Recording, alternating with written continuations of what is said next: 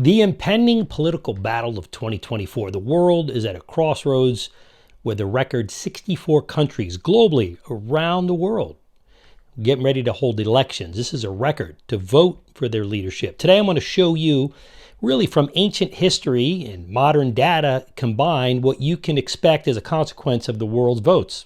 Let's get started.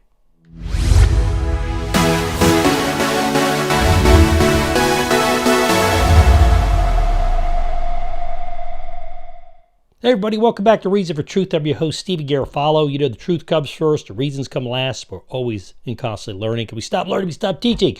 Or at least stop teaching well. Listen, the world is at a crossroads here in 2024. It is.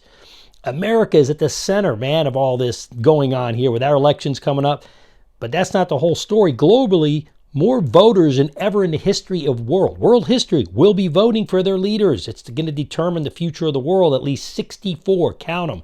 64 countries worldwide are holding national elections, resulting in a massive sea change, one direction or the other. Most notably, the European Union, representing a combined population of about 49% of the people, I guess, in the world, when you take them population-wise, not mass-wise, will be voting. And there's a strong possibility that the EU, the European Union, may shift to a younger, more conservative populist majority, which would prove consequential to world peace for years to come. This can be great news. In Taiwan, they just elected a far-right populist pro-West leader. This is very different than we've seen in years past, but there's also strife in places such as Bangladesh. Their prime minister, the Sheikh Hasina, won a fourth consecutive term in January, but that election is being boycotted by the country, creating more unrest as main opposition party in protest for months-long crackdown on political dissent. In Pakistan, their most popular politician, former Prime Minister Imran Khan, has been jailed while his party has been suppressed and his supporters arrested in the runners-up for February's election, which we're in February now, the end of it. Ukraine is under martial law. Their elections have been suspended. Well, everything is mixed up, man. So what's going on at this point? Well, the point is that the world is unsettled as never before, but that's not a bad thing, I guess. We're already been promised hope and change. We've heard that, and that's provided a lot of change for sure. You know, you can decide for yourself whether that's good change or bad change, but it's also created a lot of strife, disunity in the United States, and dismemberment of American unity. Many lives change, many cultures within the United States around the world has led to the hurt of many people and caused immeasurable harm, I think, around the globe. In the name of what? I think a lot of times we could say that's globalism. The good news is that it's been well established that globalism kind of has collapsed, and this is unsettling to people who want more of a global world order. We see this with the WEF not being happy with the direction the world's going. I would say that we're heading in a direction that's possibly good for some new change, but we're also on dangerous footing. And anyways, in a nutshell, that's what's going on. It was important to summarize where we're at in the present because it's on everybody's mind. It's the big elephant in the room.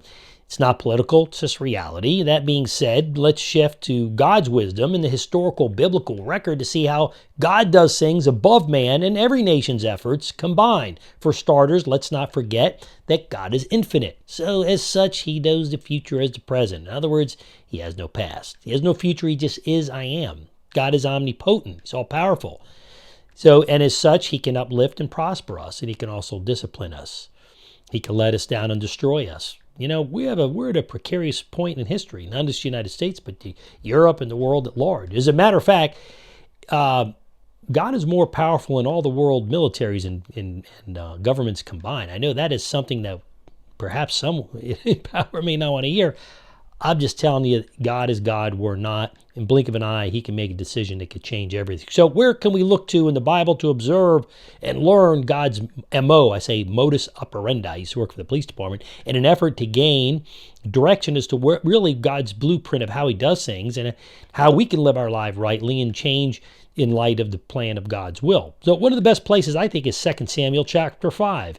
Looking at 2 Samuel chapter 5, we can establish that it's going in on the onset of the chapter 5 that David, we find him, he started off with 400 outcast men, kind of this ragtag bunch, and ended up ruling Israel after a very difficult political journey and life. So the point is that elections have consequences. Leadership has consequences for the masses, who that leadership might be.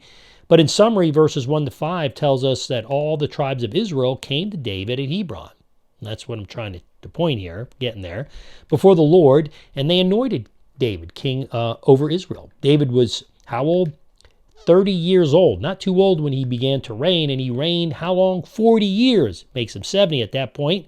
At Hebron, he reigned over Judah 7 years and 6 months. And at Jerusalem, he reigned over all Israel and Judah 33 years. 2 Samuel 5, 1 to 5. The context and setting. Zooming out to chapters 5 to 10 of 2 Samuel, we get a more clear picture as the reign of David and how this whole thing of really elections and leaders and how leadership, dictates the future of any country, right? We're looking at David over all of Israel and Jerusalem. And during those turbulent years when David was on his way to that place of being king as God had anointed him, David enjoyed, by the way, once he got there, great prosperity and blessing from God. Actually, the whole journey he did, even before he was king. In 2 Samuel 5:3, David is anointed a third time, finally resulting in the unification of the 12 tribes under one king. You can read about that in 1 Samuel 16:13 and 2 Samuel 2:4. Two things stand out for me today. You and I should in these verses. First, David set out to fulfill his duty as king. Even when he was being chased and he was hanging out with his ragtag bunch of kind of misfits, by being chased by a very professional military, he was outnumbered by well-trained Israeli military of Saul. Second, David repeatedly waited on God's direction and timing before doing anything. So we can learn much from this heading into 2024 election. And this was not easy. It was an uphill battle the whole way for David. Our battle today seems uphill, and perhaps it is, but it's winnable. And it certainly was for David and his men. But the uphill battle, what does that mean? Well, none of us like the uphill battle. And who likes to, it's kind of like exercising and doing hills or stairs.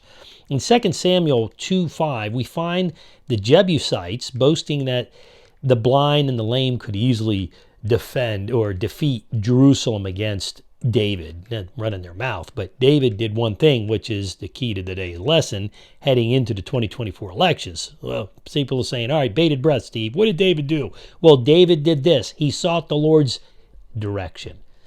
And he went into battle only according to the Lord's clear and direct leading. And as a result, David and his men took the city by entering the water tunnel. Verse 8. Let's take a quick look at David's interaction with God for direction. It says this, and David inquired of the Lord, shall I go up against the Philistines? Will you give me the Philistines into my hand? And the Lord said to David, go up, for I certainly will give the Philistines into your hand. 2 Samuel 5:19. And the Lord says basically, try my enemies before me like a bursting flood.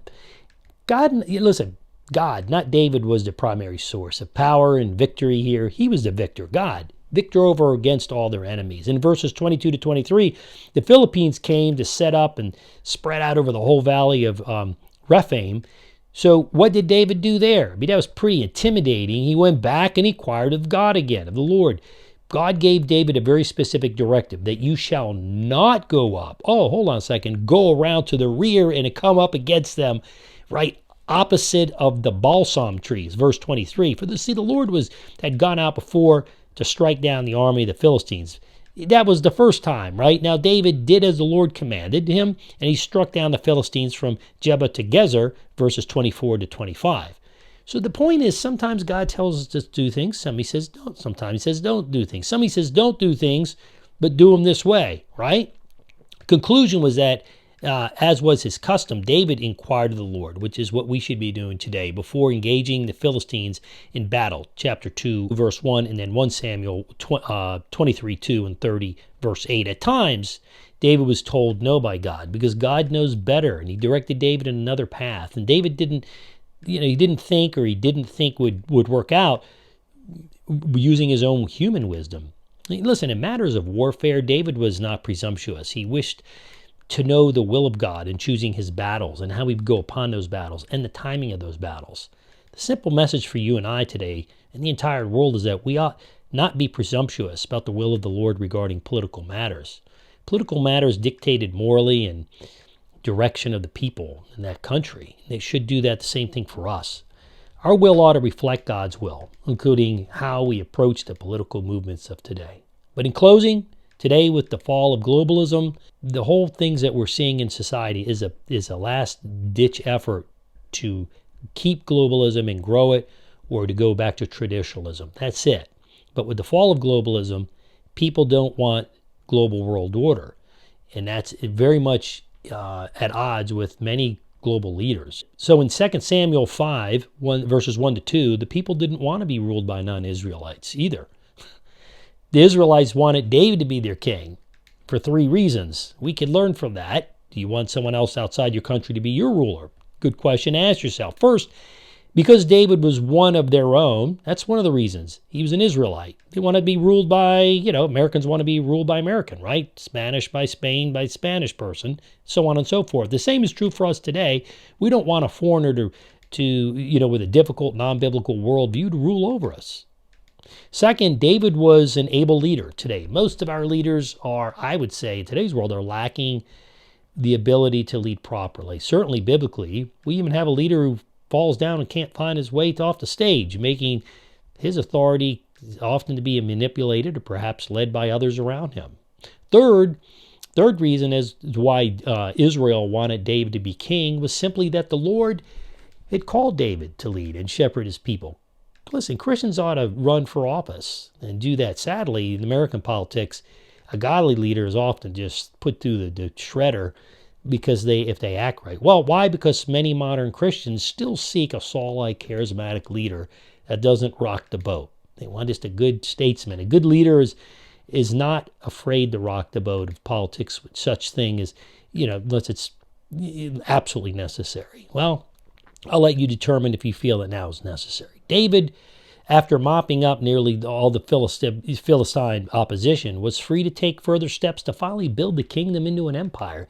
And this is where we're at today, heading into 2024 with at least 64 countries worldwide holding national elections, resulting in potential massive sea change. The entire world is at a crossroads, holding their breath. The European Union, representing a massive amount of population in the world, will be voting, and there's a strong possibility that the EU may shift to a younger, conservative, populist majority, which would be interesting. And I haven't seen that in my lifetime. This can be great news for all of us and the world at large, and for some it'll be bad news. So how will the United States vote? Well, we'll see the road for at least, we'll see, I think, a lot of resistance. We've got a lot of rocky road ahead of us. And the question is, are we going to rock the boat? Someone's going to rock the boat. I guarantee you that. Will we allow for leaders who propagate lawless leadership through failure to guard our borders, to continue? Those are things that the American public has to decide for themselves. So I would say we seek God's direction, not our own desires, do what's right and best for the nation and the world at large.